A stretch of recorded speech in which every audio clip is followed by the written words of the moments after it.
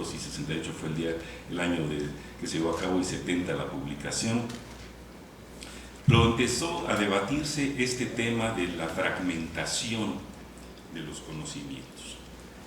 Y es interesante señalar que este debate sobre esta nueva reflexión sobre la superespecialización, la fragmentación del conocimiento, la necesidad de establecer puentes, relaciones entre los campos del conocimiento, es históricamente coincidente con lo que llamamos hoy la crisis ambiental.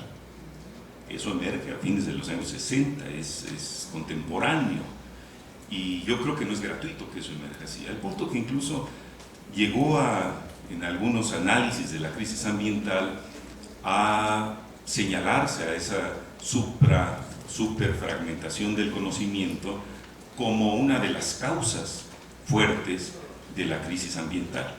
Es decir, habíamos dejado de entender las interrelaciones, o podríamos decir la complejidad del mundo.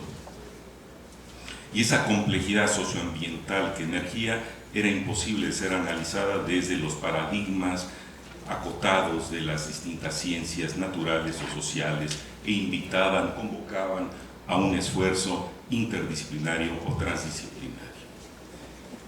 Pero hay que recordar también que en esa búsqueda de creación de puentes se empezó a dar también algo que quizás no era originario de ese momento, y que es algo que se ha venido dando a lo largo de la historia de las ciencias, que es la colonización de unos paradigmas hacia otros.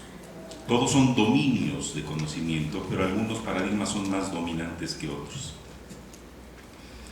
Podemos recordar, por ejemplo, la sociobiología de Wilson, este intento de mirar los hechos sociales en términos de egoísmos, es decir, del funcionamiento de un paradigma genético, de un programa genético preestablecido, donde el altruismo o el egoísmo, todo lo que guía las motivaciones, las acciones de los seres humanos en sociedad, estarían predeterminados fundamentalmente por un programa genético. Y es solamente una de las vías, digamos, para entender lo que podría significar esa transdisciplinariedad cuando se entiende en el sentido de un macro paradigma a donde podrían englobarse otros paradigmas y por ahí darles un nuevo cuerpo unitario, generalizador.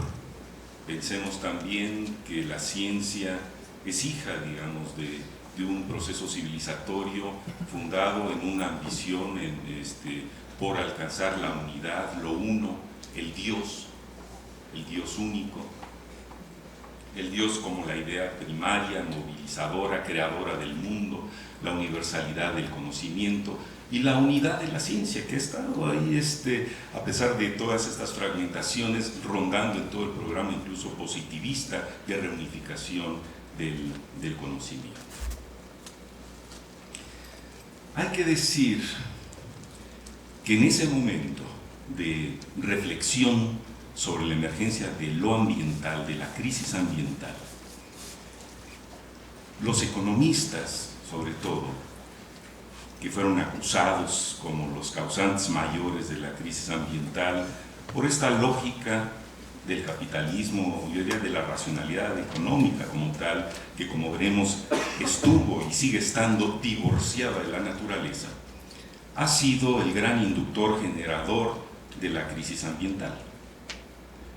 Sobre eso me detendré un poco quizás más adelante. Ahora lo que me interesa retener ahí es el señalamiento de un concepto que lanzan, que dice la externalidad. Dicen, no nos pueden acusar a los economistas de la crisis ambiental porque el ambiente es una externalidad del sistema económico. Bueno, es verdad, es una externalidad, pero es algo más y peor que una mera externalidad. Desde esa externalidad se entiende que habría un funcionamiento de una economía, que pretende ser una ciencia, por supuesto, que no se hace cargo de los efectos que tiene el funcionamiento de ese orden que organiza la ciencia económica sobre el medio ambiente. Y decir sobre el medio ambiente es decir, sobre las bases de sustentabilidad no solamente de la vida, de la biodiversidad y de la vida humana, sino de la economía misma. Eso es tremendamente interesante y tomo el caso de la economía porque quizás es el caso más, no sé, más emblemático de este desconocimiento del conocimiento. O sea,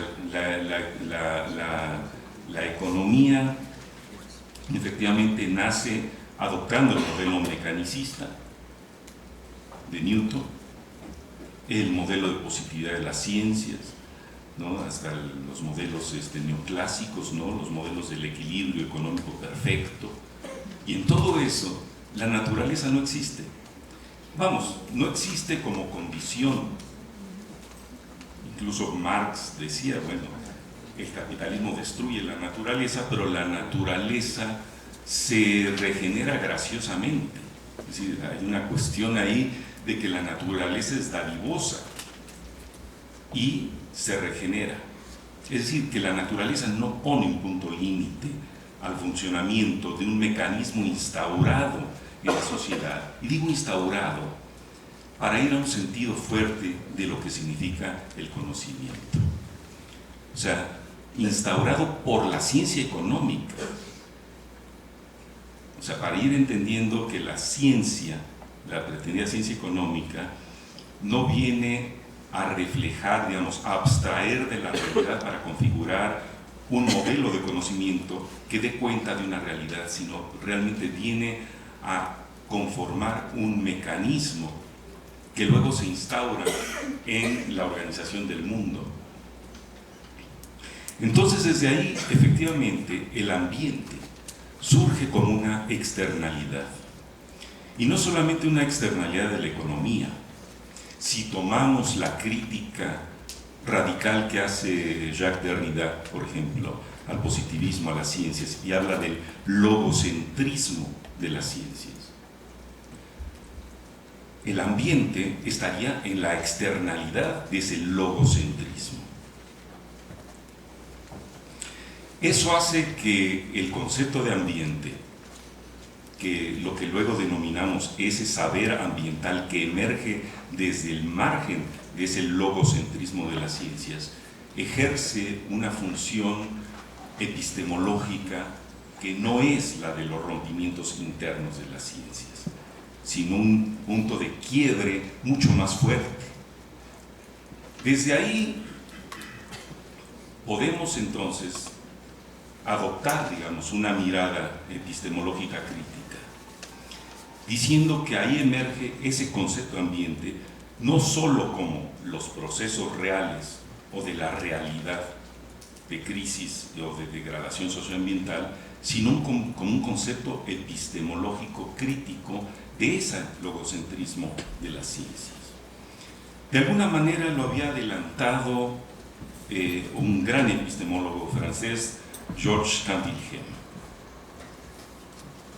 cuando en su libro El conocimiento de la vida va desentrañando cómo efectivamente las ciencias se van constituyendo como organizaciones centradas en la definición de un objeto de conocimiento, como también lo dijo Althusser. Es decir, no es el reflejo, digamos, de lo empírico hacia la construcción conceptual. El proceso de creación, de producción teórica, pasa por la construcción de un objeto de conocimiento. Y ese objeto de conocimiento define y centra y genera una estructura de conocimiento. Y esas estructuras de conocimiento resulta que son mucho más rígidas de lo que quisiéramos pensar en estos coloquios, en estos abordajes, donde quisiéramos que las fronteras fueran fluidas, maleables o imaginarias. Son verdaderos bloques de construcción epistemológica y paradigmática, que no es fácil que se revolucionen internamente. Por eso, mi reacción a pensar en la ecología humana o a pensar en